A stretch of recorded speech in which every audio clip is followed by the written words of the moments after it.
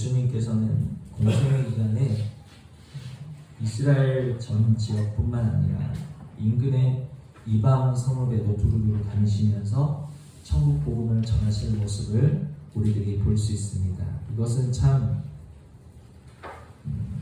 당시로는 예수님의 모든 걸음걸음이 참 파격이었고 놀라움의 연속이었지만 또 이방 지역에 다니시면서 복음을 전하신다. 이것도 사실은 굉장히 놀라운 일이에요. 왜냐하면 우리가 구약을 보면 아시겠지만 오늘 성경에 누가 등장하고 있습니까? 가나안 여인이 등장하고 있어요. 이방 성읍에 거주하는 가나안 여인. 구약 여호수아 시절만 해도 가나안 사람이라는 것은 이스라엘과 함께 공존할 수 있는 사람입니까? 공존할 수 없는 사람들이었어요. 도리어 하나님께서는 저 가나안 땅을 들어가 차지하면서 가나안 속에 있는 7 족속을 어떻게 하라고 하셨죠? 몰아내라고 말씀하신 거예요. 자, 그랬던 구약의 시절을 생각해 본다면 지금 예수님이 이방 지역으로 다니시면서 이방 여인, 가나안 여인, 천국을 유업으로 받지 못하고 구원에 합당치 못한 그 여인을 만나시면서 말씀을 주고받고 계신 이 모습은 참 놀라운 장면이 아닐 수 없습니다. 자, 오늘의 본문에서는 두로와 시돈이라는 이방 지역에 방문하신 예수님의 모습이 나타나고 있어요. 그곳에서 예수님을 향해 한 여인이 크게 소리 높여 부르짖고 있습니다. 이 여인이 왜 부르짖고 있습니까? 22절 보니까 주 다윗의 자손이여 나를 불쌍히 여기소서 내 딸이 흉악하게 귀신 들렸나이다. 딸이 귀신이 들렸대요. 흉악한 귀신이 들렸대요. 얼마나 마음이 아플까요? 얼마나 그 마음이 간절했을까요? 얼마나 그 마음이 참 이루 말할 수 없는 그런 마음이었겠죠. 그 애타는 마음을 주님 앞에 부르짖음으로 하소연하고 있는 여인의 모습입니다. 근데 이 여인이 뭐라고 부르짖고 있죠? 분명히 딸이 귀신 들렸다고 했잖아요. 그럼 어떻게 부르짖어야 돼요? 주님, 내 딸을 좀 고쳐주세요. 내 딸을 좀 불쌍히 여겨주세요. 내 딸을 좀 도와주세요. 이렇게 부르짖어야 되겠죠? 그쵸? 근데 이 여인 지금 뭐라고 부르짖고 있죠? 22절이니까 나를 불쌍히 여겨주세요. 주님, 나를 불쌍히 여겨주세요. 또 25절 보니까 여자가 예수께 절하며 이르되 주여 저를 도우소서.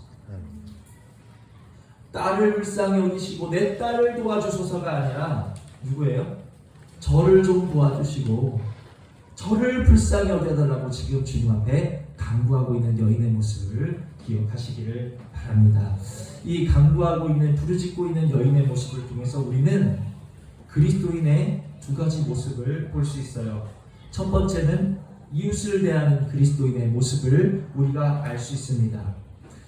그리스도인이라고 하는 사람들은 너는 너야, 나는 나야, 너는 너의 일만 해, 나는 나의 일만 할게, 선을 긋는 사람이 아니라는 것을 기억하시기를 바랍니다.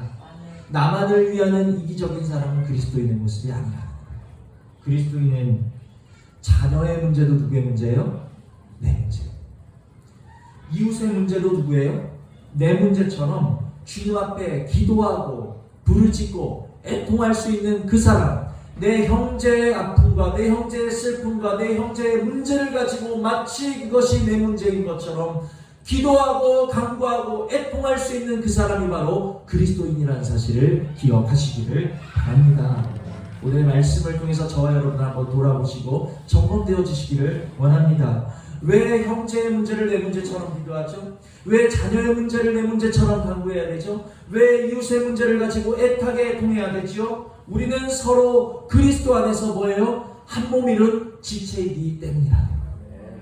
한 몸 이룬 지체이기 때문이라는 거예요. 이것을 믿는 그리스도인이라면 내 형제의 문제를 어떻게 하겠습니까? 내 문제처럼 간구할 수 있다는 것이죠. 예를 들어서 제가 그리스도의 온몸의 지체 중에 입이 되었다고 쳐요.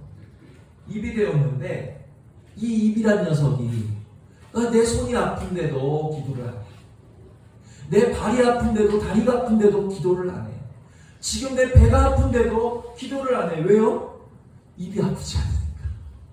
입이 아프지 않다면 내가 아프지 않다고 해서 내 지체 아픔을 무시한다면 그것이 지체입니까? 그것은 지체가 아니라는 거예요.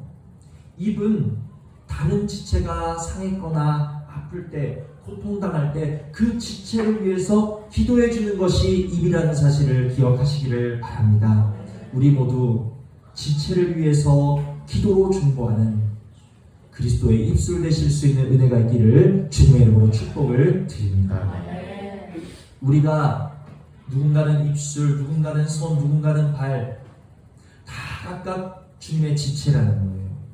그런데 주님의 지체는 나만을 위한 것이 아니라 몸을 위한다라는 것을 기억하시기를 바랍니다. 손은 손만 위하는 것이 아니에요. 손은 몸을 위하여 있는 것이요. 발은 몸을 위하여 있는 것이요. 우리는 몸을 위하여 있는 것이고 우리는 그리스도를 위하여 있다는 것을 기억하시기를 바랍니다. 그것이 바로 지체의 역할이라는 거예요. 서로를 위하고 그리스도를 위하는 지체가 모여서 연합한 곳이 교회이고 그 연합한 자들이 서로를 위하여서 기도하고 함께 세워져 나가는 것이 하나님의 나라라는 사실을 기억하시기를 바랍니다. 함께 기도하고 함께 세워져 나가는 주 안에서 연합한 한 몸 이룬 우리의 행복한 교회 되시기를 주님의 이름으로 축복을 드립니다. 이웃의 일을 내 일처럼 어떻게 하는 거예요? 참견하는 사람이 아니에요. 참견해서 이거 이렇게 해라 저건 저렇게 해라 비주얼 고주얼 콩나라 판나라 참견하는 것이 아니라 조용히 형제의 아픔을, 형제의 슬픔을, 형제의 곤란을 위해서 주님께 기도해주고 중보해주고 맡겨줄 수 있는 것이 바로 지체의 모습이라는 사실을, 몸을 위하는 지체의 모습이라는 사실을 기억하실 수 있는 우리 마음에 새기시는 은혜가 있기를 주님의 이름으로 축복을 드립니다. 이렇게 첫 번째 여인의 모습을 통해서 볼 수 있는 그리스도인의 모습은 지체를 위해서 내 일처럼, 마치 내 문제처럼, 내 슬픔을 당한 것처럼 기도해 줄 수 있고 중보해 줄 수 있는 모습이라고 말씀드렸습니다. 그러면 두 번째 모습은 뭘까요? 이 여인을 통해서 볼 수 있는 그리스도인의 두 번째 모습, 그것은 애통의 범위에 대한 것이 애통의 범위. 애통은 누구만을 위해서 하는 것입니까? 나만을 위해서 애통하는 것이죠.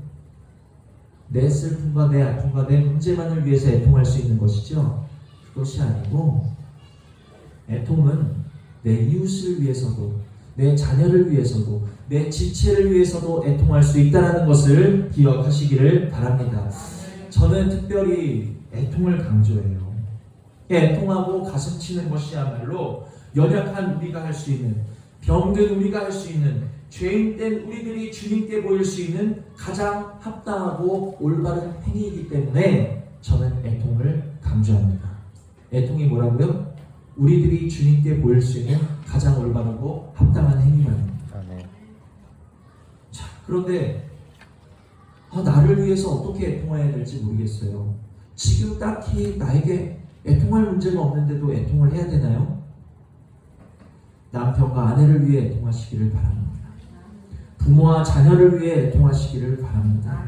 내 형제와 이웃을 위해 애통하실 수 있는 은혜가 있기를 주님의 이름으로 축복을 드립니다.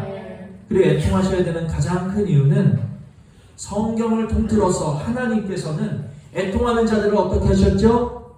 늘 긍휼히 여겨주셨다는 사실이에요. 그래서 우리 애통하셔야 돼요. 애통하는 자에게는 하나님의 긍휼이 임한다는 것을 기억하시기를 바랍니다. 우리가 애굽 여인 하갈을 알고 있습니다. 아브라함이 자신의 육신의 생각으로 아이를 가지기 위해서 하갈과 동침했어요. 그 하갈이 이스마엘을 낳았잖아요. 함께 쫓겨남을 받았습니다. 광야에서 물이 없어서 죽어가는 이스마엘을 보면서 하갈은 멀리 떨어진 곳에서 하나님 앞에 부르짖습니다. 애통하는 거예요. 어떻게 됐습니까? 애통하는 하갈의 음성을 들으시고 하나님께서는 샘물을 열어주셨다는 것을 기억하시기를 바랍니다. 우리가 사무엘의 어머니 한나를 알고 계세요. 아이가 없음으로 인해서 날마다 대적 군인나에게 그의 마음이 공고했다라는 거예요. 그의 마음이 상처 입었다라는 거예요. 그 공고하고 상처 입은 마음을 어떻게 했죠? 하나님 앞에 원망했습니까? 체념했습니까? 내 인생이 이렇지 뭐 포기했습니까? 아니에요. 하나님의 성전 앞에 나가서 그녀가 울면서 애통할 때 하나님께서는 그녀에게 사무엘이라는 귀한 열매를 허락해 주셨다는 사실을 믿으시기를 바랍니다. 심지어 우리가 이스라엘의 악한 왕 하면 떠올리는 사람이 누구예요? 사울도 있고, 그래요. 야합은 정말 악한 왕이었어요. 온 이스라엘을 바알 제사로 그냥 검게 물들인 사람이 바로 아합 왕이었어요. 그런데 이 아합이 하나님 앞에 겸비하는 일이 있었습니다. 하나님이 뭐라고 하신 줄 아세요? 엘리야에게 나타나셔서 저가 내게 겸비함을 보느냐? 내가 저의 시대에 내릴 재앙을 그의 시대에 내리지 않고 그의 아들의 시대에 내릴 것이다. 재앙을 유보시켜 주시는 악한 왕 아합이랄지라도 하나님 앞에서 애통하고 겸비할 때 그에게 임할 재앙을 유보시켜 주신 하나님의 모습을 알 수 있고, 이스라엘의 악한 왕이 아합이라면 유다의 악한 왕은 또 누가 있죠? 히스기야의 아들 므낫세가 있습니다. 므낫세는 진짜 잔인하고 악한 왕이었어요. 그런데 이 므낫세가 하나님 앞에 돌이키고 자복하고 애통할 때 하나님은 이 므낫세마저도 하나님 앞에 무릎 꿇고 애통하는 므낫세마저도 다시 회복시켜 주셨다는 것을 우리는 아셔야 된다는 거예요. 여러분, 육체에 속한 사람, 하나님과 원수된 자리에 서야 하는 사람들도 하나님 앞에서 겸비하고 애통할 때 하나님께서 그들의 기도를 물리치지 않으셨는데, 하물며 사랑하는 죄자들의 아버지 앞에 무릎 꿇고 애통할 때 어떻게 하시겠어요? 들어주신다는 거, 긍휼히 여겨주신다는 거, 불쌍히 여겨주신다는 거, 우리에게 은혜를 내려주신다는 것을 믿으시기를 바랍니다. 애통은 우리에게 유익하다는 사실을 기억하시기를 바랍니다. 주님도 이렇게 말씀하셨잖아요. 애통하는 자는 복이 있나니 저리가 위로를 받을 것이요. 위로를 통해서 하나님의 살아계심을 맛보게 되고 체험하게 되는 것을 믿으시기를 바랍니다. 자, 우리는 어떤 사람들이에요? 바울이 말하기를 우리는 씨앗을 심고 물 주는 사람이다, 이렇게 말하고 있어요. 우리는 씨앗을 심는 사람, 그리고 물 주는 사람이에요. 씨앗을 심고 물 주는 것은 우리가 해야 될 일이에요. 근데 씨앗은 무엇입니까? 하나님의 나라를 소망하는 것이 바로 씨앗 심는 것인 것을 믿으시기를 바랍니다. 이 시간 예배를 통해서 우리의 마음에 하나님 나라에 대한 소망이 참 좋은 씨앗으로 골고루 심겨주실 수 있는 은혜가 있기를 주님의 이름으로 축복을 드립니다. 힘쓰고 애쓰지만 열매 거두는 것이 없는 것은 내가 주인된 나라라는 것. 사자와 독사가 내가 물지 않을 거야, 내가 해치지 않을 거야 하면서 참는 나라가 하나님의 나라겠습니까? 그건 하나님의 나라가 아니에요. 참을 수도 없어요. 그러나 힘쓰고 애씀이 없어도 생명의 열매가 늘 풍성하게 거두는 그 나라가 바로 주님이 통치하시는 하나님의 나라이고, 우리가 소망해야 될 것은 바로 우리의 마음 가운데 그 하나님의 나라가 임하기를 사모하시고 소망하셔야 된다는 거예요. 그것이 우리의 씨앗이 된다는 거예요. 그날에 이사야 11장 6절로 9절에 그날에 사자가 소처럼 풀을 먹는다고 하셨어요. 내가 다스리고 내가 주관하는 나의 나라에서 내 속의 사자, 내 속의 독사는 내가 그냥 그 성질을 참고 숨겨야 되는 나라라면, 하나님이 다스리시는 나라는 그 사자와 독사 자체가 어떻게 되는 거예요? 그 성정이 변해지는 거예요. 참지 않아도, 애쓰지 않아도, 노력하지 않아도 그냥 어린 양과 함께 뒹굴고 어린이와 함께 할 수 있는 그 나라가 하나님의 나라라는 거예요. 우리에게 그 나라가 속히 임하기를 주님의 이름으로 축복을 드립니다. 체질이 변하면 우리가 노력할 필요가 없다는 거예요.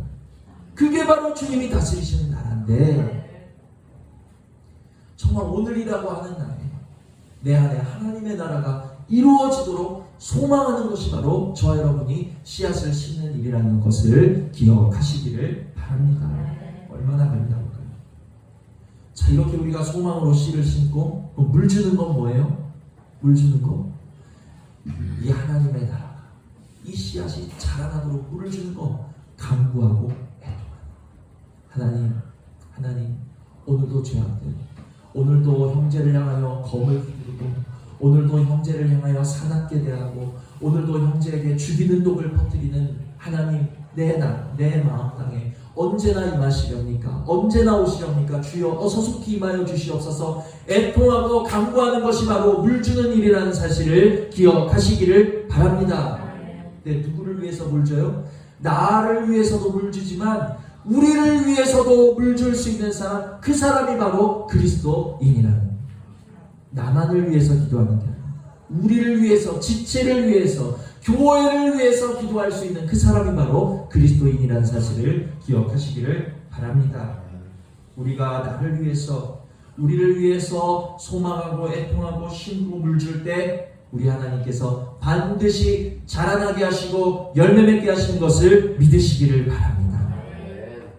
자, 그래서 우리는 이 부르짖는 여인, 예수님 앞에 나와서 부르짖는 여인의 모습을 통해서 그리스도인의 두 가지 모습을 봤어요. 첫 번째는 무엇이었어요?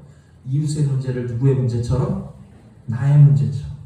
이웃에 당한 그 곤란과 아픔과 슬픔을 누구의 것처럼? 나의 것처럼 기도하고 중보하고 간구하는 모습. 왜? 지체이기 때문에, 한 몸이기 때문에 간구하는 그 모습이 바로 그리스도의 모습, 그리스도인의 모습이고, 두 번째, 애통은 나만을 위해서 애통하는 것이 아니라 지체를 위해서, 우리를 위해서, 우리 안에 하나님의 나라가 임하시기 위해서, 하나님의 나라 소망과 회복이 임하시기를 위해서 우리를 위해 함께 애통할 수 있는 그 사람, 형제를 위해 중보하고 간구하고 소망하고 애통해 주는 것, 이것이 여인의 모습을 통해 보여주시는 그리스도인의 모습이라는 사실을 기억하시기를 바랍니다. 자, 근데 이게 참 중요해요, 여러분.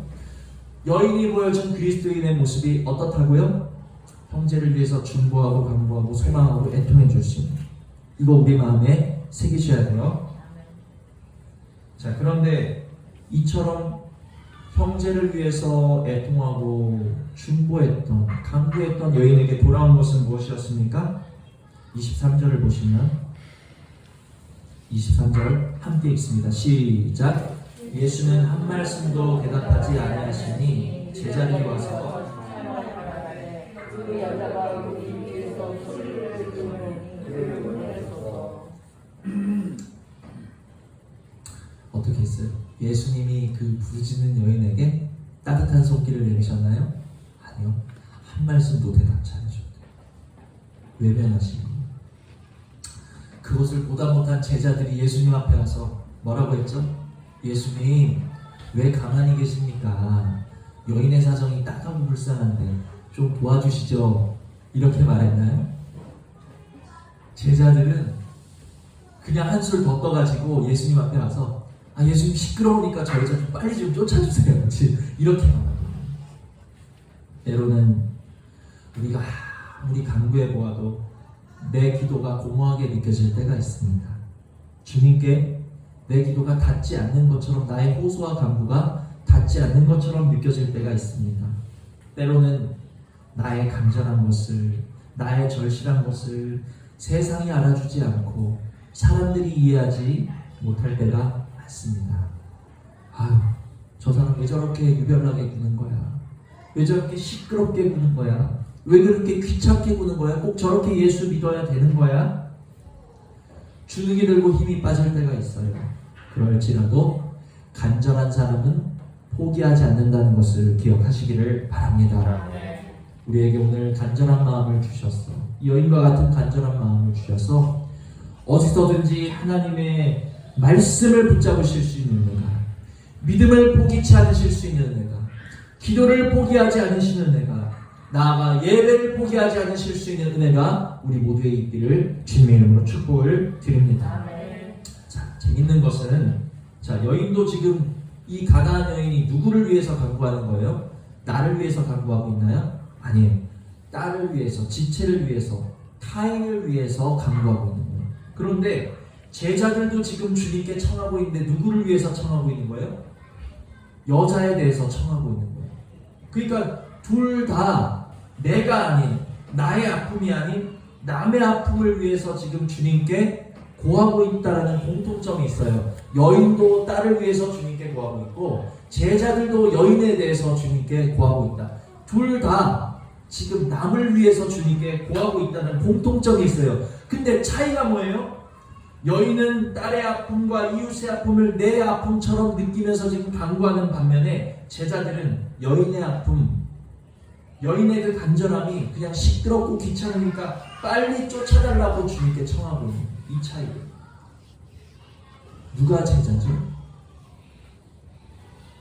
누가 제자입니까? 제자라는 타이틀만 달면 제자예요? 목사라는 타이틀만 달면 목사입니까?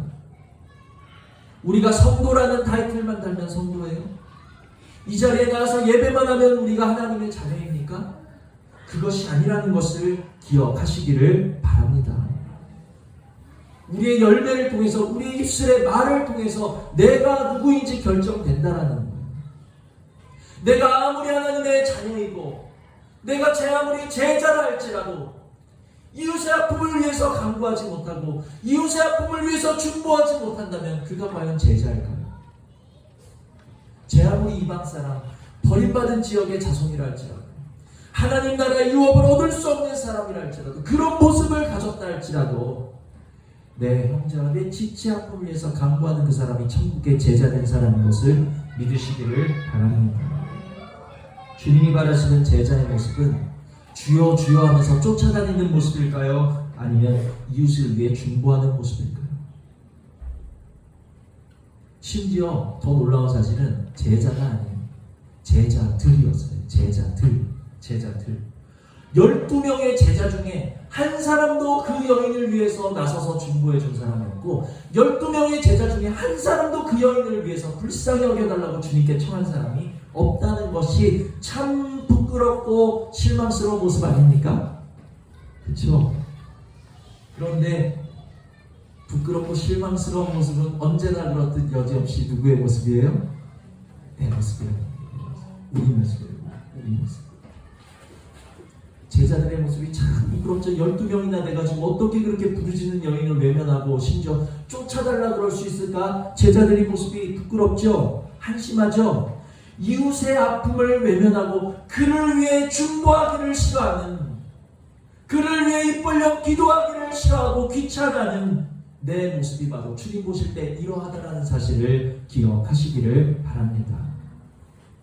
제자라고 하면서도 이웃의 아픔을 귀찮아하는 부끄러운 모습이 내가 하나님의 자녀네, 나에게 그리스도의 생명을 주셨네 하면서도 이웃을 위해 중보하지 못하고 애통하지 못하고 간구하지 못하는 내 모습이라는 것을 오늘 주님 앞에 자복하시고 이것부터 주님 앞에 애통하실 수 있는 기도 제목 되시는 은혜가 있기를 원합니다. 자, 궁금한 거예요. 자, 제자들은 그렇다 쳐요. 제자들은 아직 성령도 받기 전이고 너무나도 부족한 사람들이었으니까 제자들은 그렇다 쳐요. 그런데 그러면 예수님은 또 왜 그러셨을까? 예수님 한번 24절 보실까요? 함께 읽습니다. 시작. 예수께서 대답하여 이르시되 나는 이스라엘 집에 잃어버린 양 외에는 다른 데로 보내심을 받지 아니하였노라 하시니. 자, 26절도 읽으십니다. 시작. 대답하여 이르시되 자녀의 떡을 취하여 개들에게 던짐이 마땅하지 아니하니라. 예수님은 또 왜 이러실까? 예수님은 외면하시고 거절하시는 모습 왜일까요? 예수님께서 지금 이 여인에게 의도적으로 응답을 지체하고 계시는 거예요. 이 지체하시는 모습을 통해 우리에게 놀라운 사실 두 가지를 알려주고 계시다는 것을 기억하시기를 바랍니다. 첫 번째는 천국을 침노하는 자의 모습이 어떠해야 되냐. 천국을 침노하는 자의 모습은 바로 이 여인의 모습과 같아야 된다는 것을 예수님은 이 모습 속에서 말씀하여 주시는 것이고, 두 번째는 마침내 천국을 침노하는 자가 받을 영광과 상급에 대해서 이 여인에게 보여주고 계시다는 것을 기억하시기를 바랍니다.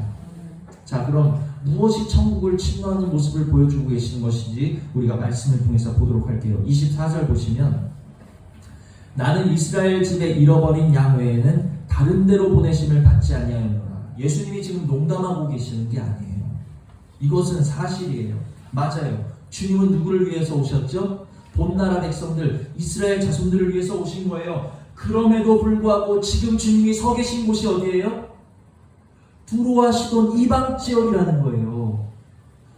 나는 이스라엘 외에는 보내심을 받지 않았다라고 말씀하신 주님이 지금 어디 계시는 거예요?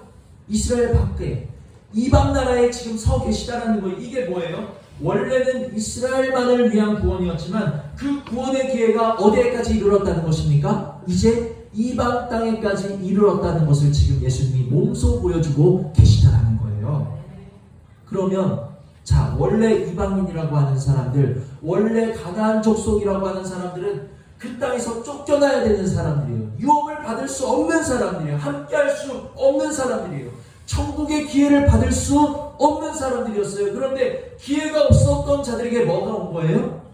기회가 온 거죠. 기회가 온 거죠. 예수 그리스도라는 기회가 온 거죠. 구원의 기회가 온 거죠. 그 구원의 기회를 잡기 위해서 너희 기회 없었던 사람들아, 구원의 기회가 너희에게 왔으니 얼마나 간절해야 되는가, 얼마나 침노해야 하는가를 여인을 통해서 지금 보여주고 계시다라는 거예요. 아멘. 고쳐주시면 좋고 안 고쳐주시면 말고가 아니야. 예수님이 거절하신다 할지라도 내 청함을 들어주실 때까지 주님 앞에 엎드리고 부르짖고 간구하고, 이것이 바로 천국을 침노하는 자의 모습이라는 것을 보여주고 계시다. 예수님이 오시기 전에 유대인들은 이렇게 생각했습니다. 구원은 오직 누구만의 것? 자신들만의 것. 아브라함의 후손된 자신들만의 것. 구원받지 못하는 이방인들이 구원받을 수 있는 단 한 가지 방법은 뭐예요? 그들이 유대교로 개종하는 일밖에 없었어요.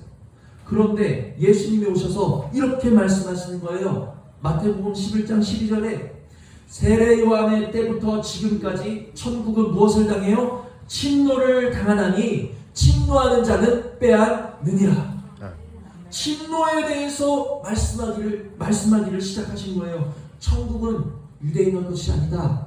천국은 너희들만의 것이 아니다. 천국은 누구의 것이다? 침노하는 자의 것인 것을 믿으시기를 바랍니다. 지금까지도 천국은 누구의 것이에요? 침노하는 자들의 것이라. 예수라는 기회, 구원이라는 기회를 놓치지 않고 잡기 위해서 필사적이었던, 누가 멸시하고, 누가 나를 외면하고, 누가 나를 귀찮아하고, 누가 나를 조롱할지라도 상관없어. 내가 구원만 얻을 수 있다면, 내가 천국만 침노할 수 있다면 나는 주님 앞에 얼마든지 엎드릴 수 있고 얼마든지 간구할 수 있어. 이것이 천국을 침노하는 여인의 모습이었잖아요. 저와 여러분에게도 어떻습니까? 저와 여러분에게 구원의 기회가 합당하다라고 느끼십니까? 우리들은 구원의 기회 받기에 합당치 않은 사람들, 어리석은 양과 같아서 내 소견에 옳은 대로만 행하고 각기 죄의 고집대로 육신의 정욕이 이끄는 대로 우리는 그렇게 멀리 떠나 있었던, 구원에서 멀리 떠나 있었던 사람들이에요. 그런 주님을 몰랐던 나에게 주님을 알게 하셨고, 믿음 없던 나에게 믿음 주셨고, 생명 없는 우리에게 생명 주셨고, 내가 나의 왕이 되어서 내가 결정하고 내 소견에 옳은 대로 살아가던 우리들에게 하나님의 주권과 통치를 알게 하셨어요. 이 모든 것이 뭐예요? 기회라는 거예요. 기회. 천국 얻을 기회를 오늘 저와 여러분에게 주셨다라는 거예요. 이 기회를 주셨는데 지금 여인처럼 우리 앞에 천국의 기회가 와 있는 상황에 우리는 이 기회를 어떻게 해야 될까요? 잡아야 될까요? 흘려버려야 될까요? 잡아야지. 잡으시는 은혜가 있기를 원합니다. 아멘. 함께 천국을 침노하는 은혜가 있기를 원합니다. 아멘. 어떻게 해요? 하나님의 나라가 이루어지기를 소망하고 간구하고 중보하고 애통하는, 아까 여인의 모습 속에서 우리가 보았던 그 모습이 바로 천국을 침노하는 모습이라는 거예요. 그런데 같은 천국을 침노할 기회를 얻었음에도 불구하고 누군가는 간절하고 소망하고 중보하고 애통함을 통해 천국을 침노하고 있는데, 누군가는 어때요? 뒤로 물러가 침륜에 빠지는 사람이 있다는 거예요. 우리는 지금 기로에 서 있다는 사실을 기억하시기를 바랍니다. 어떤 기로요? 내가 천국을 침노할 것인가, 아니면 뒤로 물러가 침륜에 빠질 것인가. 내가 침노하는 자가 될 것인가, 침륜에 빠지는 사람이 될 것인가. 우리는 기로에 서 있다는 사실을 기억하시기를 바랍니다. 빌립보서 3장 12절에 이런 말씀이 있어요. 내가 이미 얻었다 함도 아니오 온전히 이루었다 함도 아니라 오직 내가 그리스도 예수께 잡힌 바 된 그것을 잡으려고 달려가노라. 누구의 말이에요? 사도 바울의 말이라는 거예요. 사도 바울도 나는 구원을 이루었어. 나 정도면 구원을 이루었지. 내가 천국의 3층천까지 올라간 사람이야. 나만큼 구원 얻은 사람이 있으면 나 뭐라 그래. 그게 아니에요. 날마다 십자가에 죽었던 사도 바울조차도 나는 아직 천국을 다 잡지 못했어. 주님이 내 안에 오셔서 나를 온전히 다스리시고 열매 맺게 하신 그 천국을 아직 나는 이루지 못했어. 그래서 오늘도 나는 달려간다. 그것이 바로 침노하는 자의 모습이라는 사실을 기억하시기를 바랍니다. 사도 바울도 달려가는데, 사도 바울도 침노하는데, 오늘 저와 여러분 침노하셔야 되겠습니까? 아니면 침륜에 빠지셔야 되겠습니까? 우리는 더 열심히 달려가야 된다라는 거예요. 그리스도가 통치하시는 나라가 오늘도 내 마음에 임하기를 소망하시고 간절하시고 애통하시고 함께 이루어지기를 중보하시면서 천국을 향하여 그 천국이 내 안에 이루어지는 그날까지 기도와 간구와 중보와 애통으로 함께 달려가시는, 함께 침노하실 수 있는 은혜가 저와 여러분의 있기를 주님의 이름으로 축복을 드립니다. 그렇게 달려가다 보면 어느 날 28절 함께 읽습니다. 시작. 예수께서 대답하여 이르시되 여자여 내 믿음이 크도다 내 소원대로 되리라 하시니. 아멘. 그렇게 우리가 침노하면서 달려가면 그 어느 날에 저는 믿습니다. 우리가 살아서 우리 안에 천국을 침노하는 자에게 하나님의 나라를 맛보게 하신 날이 그 어느 날 이루어진다는 것을 저는 믿는다는 거예요. 이것을 믿는 믿음으로 오늘도 달려간다는 거예요. 오늘이라고 하는 날이 이룰 수도 있고 내일이 말 수도 있고 소망하는 거예요. 주여 속히 임하여 주시옵소서. 내 믿음이 크도다. 여러분 큰 믿음은 뭐예요? 큰 믿음 뭐예요? 천국을 침노하는 믿음이 큰 믿음인 줄 믿으시기를 바랍니다. 내 소원대로 되리라. 우리의 소원이 뭐죠? 제 소원은 하나님의 나라가 이루어진 것입니다. 주님이 내 믿음이 크다 말씀하시면서 내 소원대로 되리라. 내 안에 하나님의 나라가 이루어져서 정말 내 안에 모든 뽑혀있는 칼이 변해서 보습으로 변하는 거야. 할렐루야. 진짜 이웃을 향해서 칼을 휘두르는 내가 이웃을 향해서 어떻게 하는 거야? 이웃의 밭을 갈아주고 있는 거야. 얼마나 좋을까. 이웃을 비판하고 정죄하고 판단하는 내가, 칼을 휘두르는 내가 이웃을 향해서 기도와 중보로 그의 밭을 갈아주는 모습, 정말 소망이 됩니다. 내 안에 너무 난폭한 사자가 있어요. 죽이는 독이 가득한 독사가 있어요. 그것들이 변해서 어린 양과 어린이와 함께 뒹굴어도 물지 않는 주님이 다스리시는 그 나라, 내가 애쓰고 노력함이 없어도 사랑의 열매, 화평의 열매, 자비의 열매, 긍휼의 열매, 너무 아름다운 성령의 열매가 내 속에서 그리스도의 향기만 넘쳐나는 그 하나님의 나라가 내 안에 이루어지면 얼마나 좋을까. 내 소원대로 되리라. 저는 그날을 향해서 달려가고 있다는, 여러분도 여러분의 소원을 향해서 함께 달려가실 수 있는 은혜가 있기를 주님의 이름으로 축복을 드립니다. 아멘. 이 여인의 소원은 뭐였어요? 딸이 낳는 거였어요. 소원이 이루어졌어요. 딸이 낳았어요. 어떻게 됐을까요? 낳은 딸과 함께 주님을 찬양했겠죠. 하나님 앞에 감사드렸겠죠. 우리가 소망과 애통으로 천국을 침노할 때 소원이 이루어지는 그날이 바로 우리가 애통을 쉬게 되는 날이라는 것을 기억하시기를 바랍니다. 아멘. 그날에 우리는 애통을 그치는 대신 주님 앞에 끝없는 감사와 끝없는 찬양과 끝없는 기쁨으로 영광 돌리게 될 줄 믿습니다. 아멘. 그날을 소망한다는. 자, 우리 마태복음 8장을 보십니다.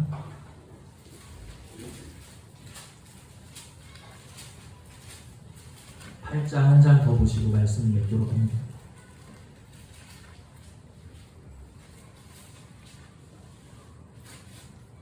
마태복음 8장 5절로 8절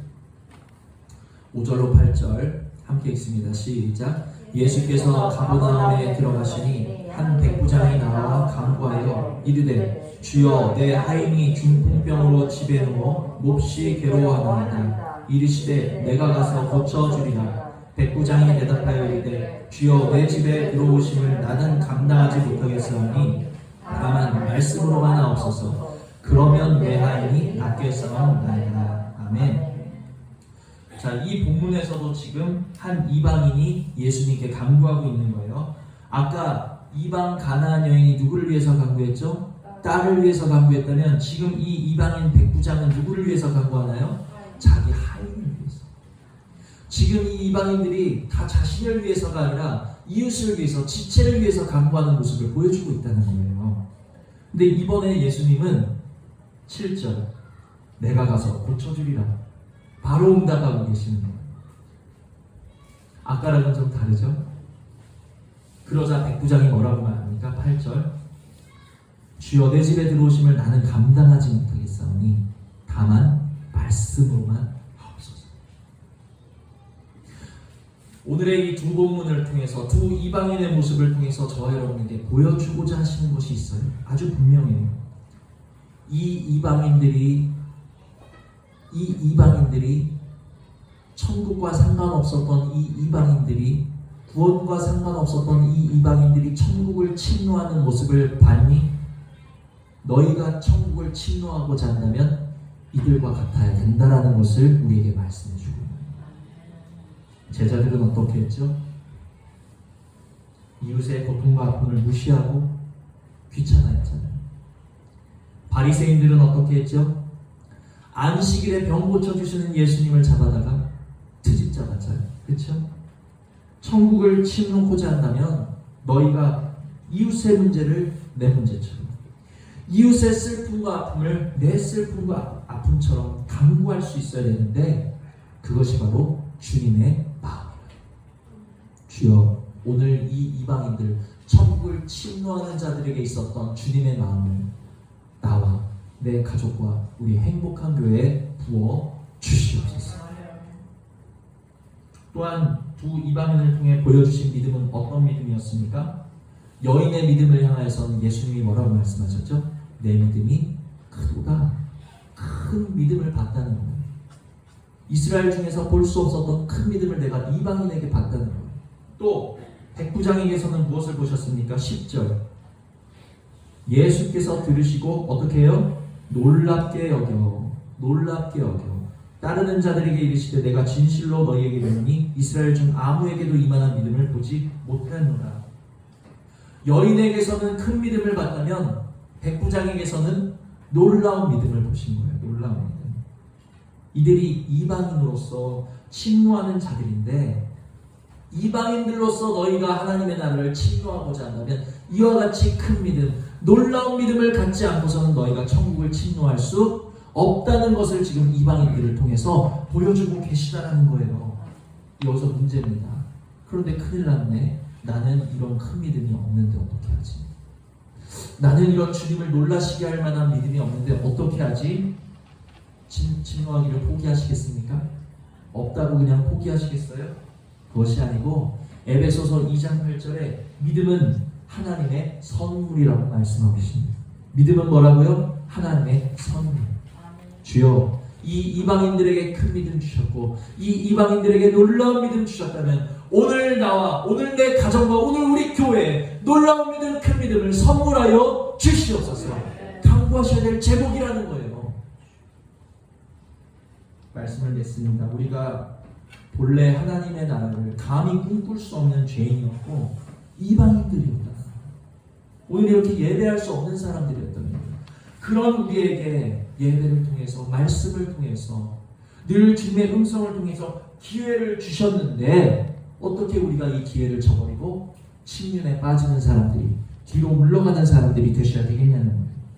주님께서, 오늘 내 안에 살아계신 주님께서 친히 나에게 큰 믿음 허락하여 주시옵소서.